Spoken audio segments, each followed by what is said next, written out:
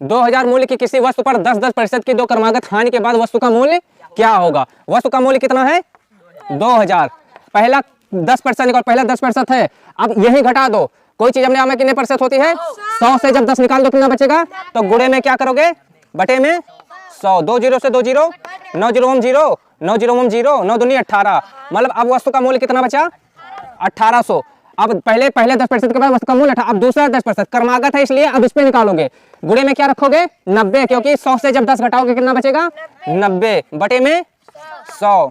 2 zero से 2 zero, 9 zero हम 9 अठे 72।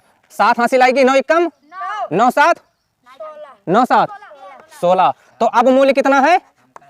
1620। बस क्या था इसमें? कुछ नहीं था, बस। देखो सवाल प्रैक्टिकली समझ लो। देखो सवाल है कि 4000 मूल्य की किसी वस्तु पर 20 व 10% की दो क्रमागत हानि के बाद वस्तु का मूल्य क्या होगा? देखो इधर ध्यान दो, वस्तु का मूल्य कितना है? 4000। अब समझ लो मेरे पास कोई 4000 की वस्तु है, कितने की है?